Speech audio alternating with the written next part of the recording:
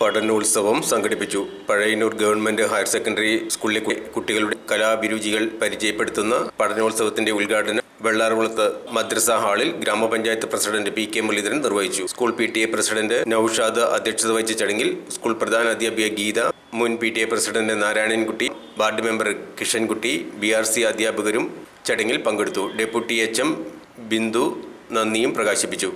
തുടർന്ന് കുട്ടികളുടെ കലാപരിപാടികളും അരങ്ങേറി.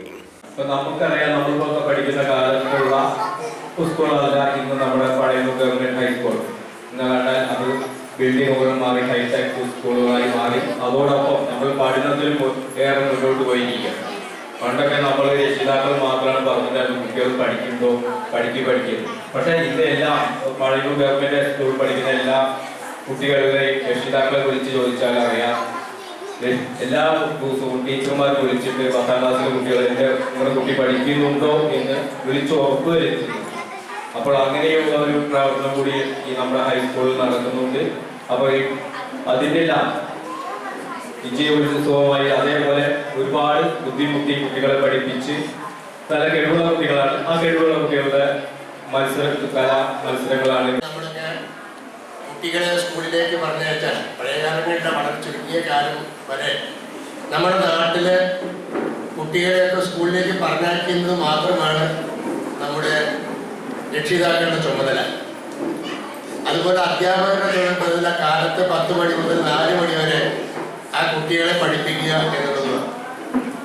ഇതിനിടയിൽ അവിടെ നടക്കുന്നത് എന്താണെന്ന് രക്ഷിതാക്കൾക്കും സ്കൂളിൽ നിന്ന് പോയാൽ നമ്മുടെ മക്കൾ വീട്ടിൽ ചെന്നാൽ എന്ത് ചെയ്യുന്നു എന്ന് അധ്യാപകർക്കും അറിയാനുള്ള സാഹചര്യമില്ലാത്തൊരു കാലഘട്ടത്തിൽ നിന്ന് നമ്മുടെ വിദ്യാഭ്യാസ സമ്പ്രദായം ആകെ മാറിയുന്നതിൻ്റെ ഉത്തമ ഉദാഹരണമാണ് വെള്ളാർകുളത്തെ രക്ഷിതാക്കളും നാട്ടുകാരും കുട്ടികളും അധ്യാപകരും എല്ലാവരും നാനാ തുറകളിലുള്ള എല്ലാ ആളുകളും ഒരുമിച്ച് കൂടി നമ്മുടെ സ്കൂളിലെ നമ്മുടെ മക്കളുടെ പഠന മികവ് നേരിട്ട് കാണാനുള്ള അവസരം ഇവിടെ ഒരുക്കി.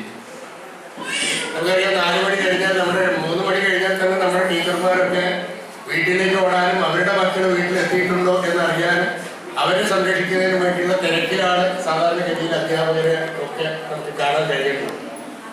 ഇത് വളരെ വ്യത്യസ്തമാണ്. ഇപ്പൊ കൊടുങ്ങല്ലൂര് വരെ മുതലുള്ള ടീച്ചർമാർ ഇപ്പൊ ഇവിടെ വന്ന് ഇത് തുടങ്ങാൻ കഴിയുമ്പോഴേക്ക് അവരുടെ ബസ് പോകുന്നുള്ള ആദ്യം കുറച്ച് ആളുകൾ പോയി.